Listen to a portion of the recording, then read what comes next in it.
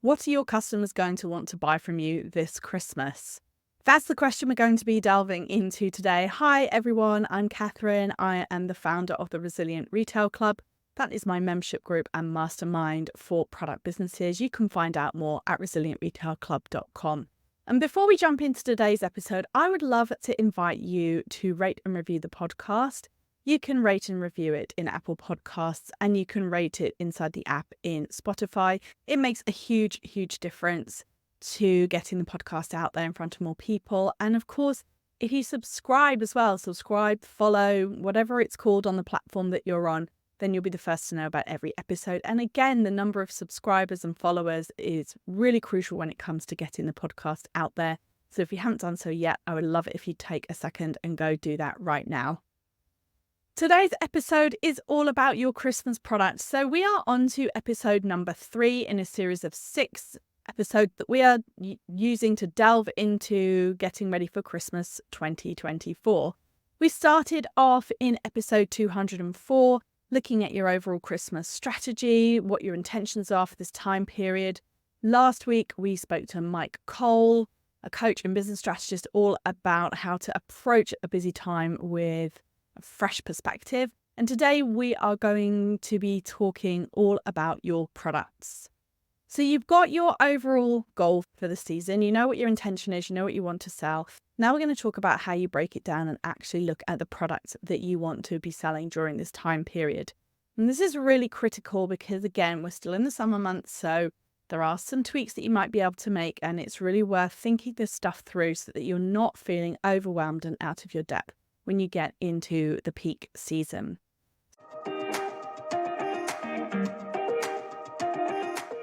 Welcome to the Resilient Retail Game Plan, a podcast for anyone wanting to start, grow or scale a profitable creative product business with me, Catherine Erdly.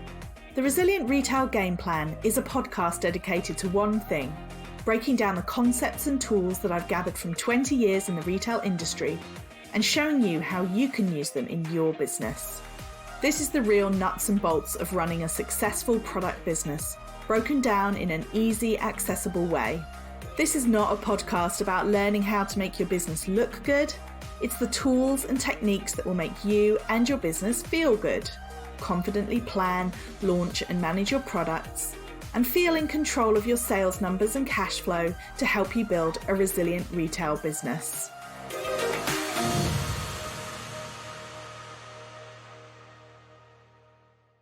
So just like the overall season, when it comes to your products, what you want to do is you want to start with the history. You want to have a look at what the data is telling you in terms of the products, what worked last year, and what you want to use as your starting point for your range this year. There's a couple of things that you're looking for when it comes to last year's products. You want to see what your best sellers were, you want to see how many you sold of those, but you also want to think back to were there any products that maybe they don't make it onto the final bestseller list for the whole season, but that's because they sold out really early? Were there any areas where you felt like you really left money on the table because there were products coming in and you just sold out of them so quickly, you know you could have sold them twice over? And likewise, were there any products that you were really keen on, you thought were going to be a crucial part of your Christmas strategy? Maybe it was a previous bestseller from another year and you feel like it started to decline. So taking that time and looking at your products will give you lots of ideas of where to start. You want to basically be looking at how you can build on last year's bestsellers. Doesn't mean necessarily repeating them exactly, but being really clear last year what sold and what could you do better this year, or what could you bring back that was just fabulous last year. Again, if this is your first Christmas, this is going to be a little bit trickier. So you're not going to have that data, but regardless of whether you've got the data or not, what you want to end up with, and again, this, if it's your first Christmas, this may just have to be something that you are estimating or you're taking an educated guess on, but you want to understand what your hero products are going to be for the season. So your hero products are your products that you effectively are betting on being the thing that your customer will most want to buy from you at Christmas. And they typically will be in the gifting range, which sounds obvious, but really most of people's hero products are ones that are really perfect for gifts. Now, if you are clothing or accessories or home, it could still be all about gifting, but equally, you may have some hero products that are about the perfect Christmas party dress or the perfect Christmas party earrings, for example. But otherwise, for most people, it's going to be all about what makes the perfect gift. Your hero products do not have to be, and probably in the most part won't be, Christmas themed. So probably aren't going to be a snowman mug, for example, but is it going to be a beautiful ceramic mug that has been your bestseller throughout the year and you really feel like you can get behind as the perfect Christmas present? Then that's going to be your hero product. So have a think about your hero product. You may have more than one. You may have them in the different categories of price point. So for example, at Christmas, we're looking at products that might be the sort of £5 to £10 for stocking stuffers, the 10 to 20 for the Secret Santa, the 20 to 30 is sort of the sweet spot for gifting. That will cover most gifts that people might give to friends or not their closest relatives, but relatives in general. And then you have the higher price points as well, which you may or may not have items in, but that's sort of 50 to 100, even over 100, that might be the price point for a special friend or a special family member. So think about what your key hero products are going to be. And the reason that this is important is that this is effectively what you're going to be building your marketing strategy around. We'll come on to talk about marketing in a couple of episodes, but for right now, we're starting with a product. If you were a betting person and you were going to bet on what was going to sell the most at Christmas, those effectively are your hero products. They're going to be featured on your homepage. They're going to be featured on your social media. You're going to be absolutely certain that if you have a photographer come on board to do some Christmas shots for you, that they're going to be focusing on lots of great shots of this. Maybe the ones that you pitch for inclusion in gift guides if you're doing PR. All of those sorts of things, that is what you're looking for your hero products. So the key are then start with your history, identify your hero products. You may also want to have a think about the rest of your range. Now, the focus is very much going to be on those heroes, but have a think about, do you have everything for the different price points? Do you have a range of items that cover off that stocking stuffer, that Secret Santa, that 20 to 30 pound? Or is that just simply not right for you? If you're a fine jewellery brand, then clearly you're not going to be having those price points. But if you are somebody, for example, who has an independent retailer, then absolutely thinking about what you've got in all of these different price points will be really useful and beneficial. And it doesn't have to be super extensive, but just have that thought process. Go through the process of thinking about your products, thinking about what you're going to offer, and thinking, is there something else that you need to source quickly or bring in? Design if you're making yourself, like what do you need to do in order to get your product range ready to go? So once you've had a look at your history, identified your hero products, had a look at the rest of the range, next thing to do is decide on your launch date. There's lots of different schools of thoughts about this, and I'm not really sure that there's a right answer or a wrong answer. Some people will have a little bit of Christmas going out in July, for example. Some people, for the super earlies or for the press products, some people will start to eke them onto their website quietly in September and October as almost like a soft launch. So the products are out there for the people who are looking early. And some people will do the full shebang where, we get through Halloween, we get through bonfire night, and then boom, we're into Christmas and it's like a full Christmas launch.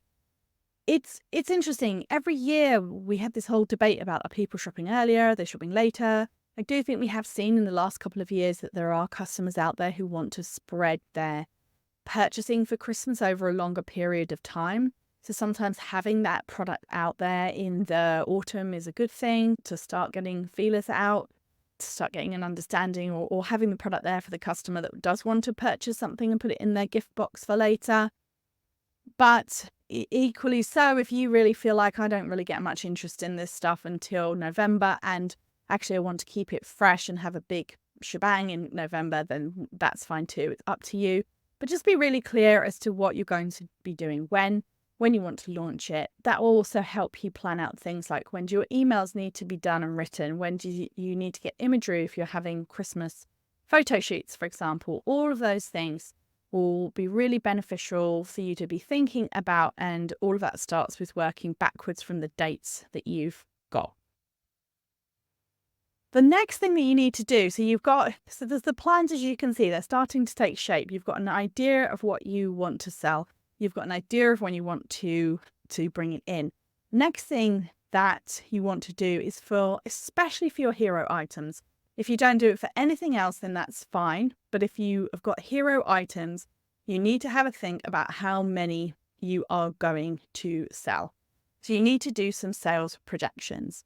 If you have had these products previously, that is going to be somewhat easier. If you sold 100 last year and your business generally is 20% up on last year, then you could reasonably expect to sell 120. And actually, if you sold those 100 last year, but you sold out in 3 days, then, well, maybe you could sell 200 or 250. If you don't have any data, if this is your very first Christmas, then you just have to take an estimate. But it's really useful to go through the process. So, for example, you've decided that your ceramic candle is going to be your hero product because it's something that is really popular for most of the year. Now, maybe under normal circumstances, you sell 20 a week of these. But at Christmas time, you're thinking, all right, well, let's assume for the last 6 weeks in the run up to Christmas, I'm going to sell twice as many as normal. Now, again, if this is your first Christmas, you're going to have to estimate this. If it's not your first Christmas, you can have a look at your overall general pattern. If you look at a typical week during the year versus your weeks in the run up to Christmas, how do they compare? Are they double a normal week? Are they triple a normal week? Like, what is the relationship? And you can use that to start trying to estimate how many you think you're going to sell of your hero products. So once you have got those quantities, the other thing that you should ask yourself to help you land on that final number that you want to make sure that you have is you want to ask yourself a very important question. And it's one that I'm always asking my clients, the people inside my mastermind, and also the people inside my membership group.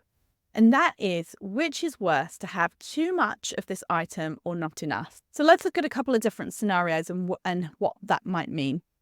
So scenario number one, you have an item that is a beautiful winter themed candle. So it is maybe pine scented and the candle holder is also Christmas themed, has a Christmas tree on it, for example. Now, this is what we call a brown banana. So a brown banana is something that once you get to Christmas, it is not going to sell. So if you want to sell it after the 25th of December, you're going to have to discount it heavily.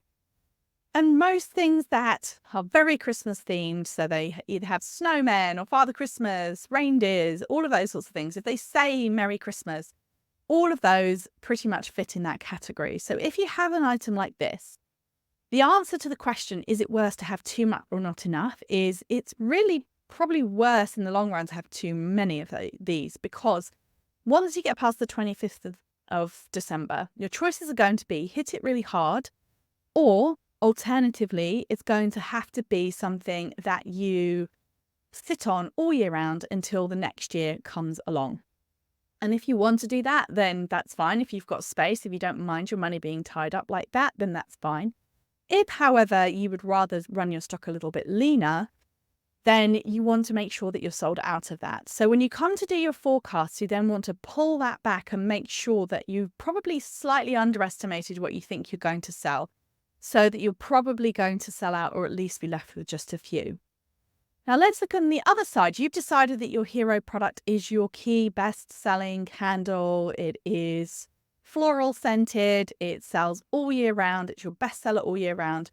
This is going to be your hero product for Christmas. You are going to shout about it as something that will be the perfect Christmas gift. Now, if that is the case, the answer to the question, which is worse for me to sell out or for me to have too much, the answer to that is probably it's worse if you don't have enough. Because if you don't have enough and you can't get more at Christmas time and the lead times may be a little bit long, and you know that once you place that Christmas order, that's going to be it till January, then I would go ahead and place the amount you think you're going to sell, maybe even add a tiny little buffer on top, because if you're left over with extra in January, you'll just sell through them. You just won't have to place such a big top-up order in January. So the risk to you and your business is very different from when we talk about this very Christmas-specific item. So when you're going through your Christmas products, that's what I want you to be asking yourself for every single one. Do your forecast, work out how many you think you're going to sell. Ask yourself, is it worse if I have too much or not enough? And then adjust your forecast accordingly so that you're placing stock in such a way that you don't feel nervous about having too much left versus running out. And you know for a fact that you've basically gone for the best case for whatever scenario, whatever type of product that we're talking about. So the final piece then, so we've looked at our history, we've identified our hero products, we've looked at our range and talked about filling in gaps. We've decided on a launch date. We've made our forecast. We've asked ourselves whether it's better to have too much or not enough. And then the final piece then for the puzzle is to run through these products and look at your timeline. Make sure if you've placed orders, maybe you placed them back in January, make sure that you are checking that you're still happy with that quantity. Have a think about what you need to make if you're somebody who makes things to order. Can you prep elements of it? For example, could you cut out certain pieces so that if it's a best-selling item that you're ready during the busy time, you don't have quite as much to do, even if you don't make the full thing? Do you need to order in more? Do you need to just double check the orders that you've got and make sure they match your forecasts? What do you need to do basically to secure that stock? It is going to be a juggle. Every single retailer has this juggle of working out when they can bring the stock in. Everyone has a pinch point in September and October. So you've got to work out when you can bring this stock in and when you're going to buy this stock. And compared to when your sales are going to start to come in, there will be a pinch point. Everybody has it. It doesn't mean you failed. It just means that Christmas and peak planning can be a bit tricky. So you kind of have to work your way through that. But once you've run through those steps, you'll be in a really solid position. Now, if you're wondering, well, that sounds great, but I don't know what I am going to be selling or how do I come up with a perfect product? Don't worry, I've got you covered. I will be back next week with Joanne Griffin, who is going to talk us through the process of creating products that your customer will love. Until next week, see you then. Bye.